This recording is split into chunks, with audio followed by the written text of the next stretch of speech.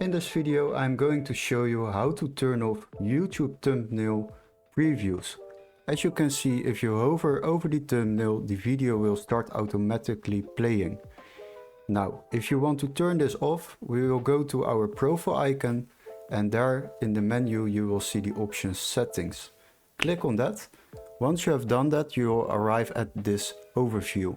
Now we can go to playback and performance on the left side, click on it, and now we have a couple of options.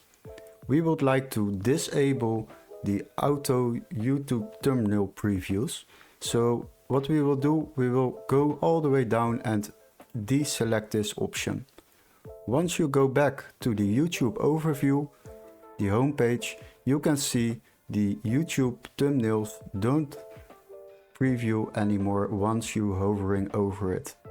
Hopefully this video was very helpful. Don't forget to like and subscribe, and we would love to see you in our next tutorial.